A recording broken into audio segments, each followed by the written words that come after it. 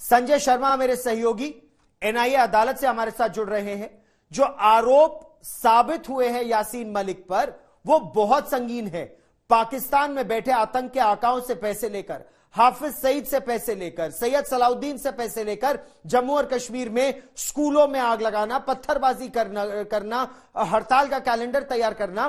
कोरोबोरेटिव evidence जो कही जाती है संजय, यानी जो साक्ष्य है वो प्रूव कैसे होते हैं? किस तरह के साक्ष्य एनआईए ने जुटाए? एनआईए ने जो साक्ष्य जुटाए हैं उसमें तमाम इलेक्ट्रॉनिक साक्ष्य हैं। इसके अलावा बाकी गवाहों ने इस बात की पुष्टि की है और उनके जो जहां कहीं डायरियां वायरियां सब मिली हैं उन सारी चीजों ने पुष्टि की है। इसके अलावा बहुत सारे ऐसे साक्ष्य, अकाट्य साक्ष्य जुटाए हैं जिनकी काट इन नेताओं के पास नहीं है। और यही वजह है कि एनआईए का एक सबसे बड़ा ब्रह्मास्त्र यह है कि जो सबूत हमने पेश किए उसके अलावा उन सबूतों की पुष्टि करते हुए जो गुनाहगार है उसने अपना गुनाह कबूल किया है और उन्होंने कहा कि हाँ वो इन सारी गतिविधियों में शामिल था। इन्होंने न केवल फंड जुटाया जिन सरगनाओं के आपने नाम लिए हैं उन सरगनाओं से, बल्कि विदेशों से भी फंड मंगाया और उन फंड से इन्होंने जो यूएपीए के 16, 17, 18 ये धाराएं हैं इसमें यही सारी चीजें हैं कि आतंकवादी गतिविधियों को अंजाम देना, आतंकवादी गतिविधियों के लिए धन जुटाना, उस पर अमल करना और साथ ही आतंकवादी ग्रुप बनाना, उसमें लोगों को शामिल करना और साथ ही आतंकवादी जो गतिविधियां हैं जिसमें कि इन्होंने बेगुनाह लोगों को, निर्दोष लोगों को, मासूम लोगों की हत्याएं की हैं, जिनमें 4 वायुसेना के अफसर भी हैं जिन निहत्थे अफसरों को मारा है, जितने कश्मीरी पंडितों का पलायन वहां से हुआ, रुबिया शहीद का, उसके बावजूद आश्चर्य होता है कि जिसकी बहन का अपहरण हुआ वही इनके समर्थन में मौजूद हैं, क्योंकि उन्हें भारत के विरोध की लड़ाई करनी है। उन्हें अपने राजनीतिक सिद्धांत से ज्यादा यह है और अभी भी जहां तक मेरा मानना है कि उन्हें अदालत,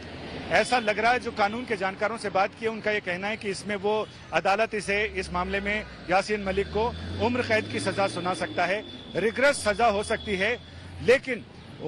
यासीन मलिक का यह कहना अदालत में कि अदालत जो चाहे वो सजा सुना सकता है क्योंकि उसने अपने बारे में कुछ नहीं कहना है, लेकिन अगर उम्र कैद की सजा होती है, एनआईए के अधिकारियों ने साफ कर दिया है कि हमारी मांग अगर नहीं मानी जाती है, सजाए मौत नहीं होता, तो वो हाई कोर्ट में उस आदेश को चैलेंज करेंगे, उस फैसले को।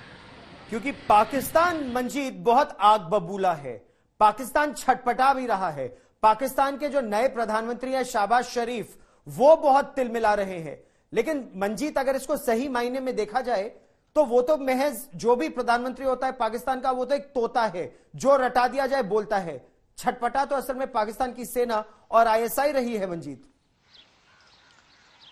गौरव, इस बात को समझना होगा कि ये रणनीति पूरी बिल्कुल पाकिस्तान में रची गई। आईएसआई और पाकिस्तानी सेना ही पूरे कश्मीर में आतंकवाद को फैलाने की रणनीति बनाती है। और अगर आप देखें कि एनआईए ने यूएपीए के तहत की धाराओं के तहत अगर यासीन मलिक के लिए फांसी की सजा मांगी है तो इससे इसकी गंभीरता को समझा जा सकता है कि उसके पीछे यासीन मलिक की जो रणनीति रही, भले ही उसने सीधे तौर पर 2015-16 में हथियार न उठाए हों और लोगों की हत्या न की हों, लेकिन जो रणनीति, जो साजिश पूरी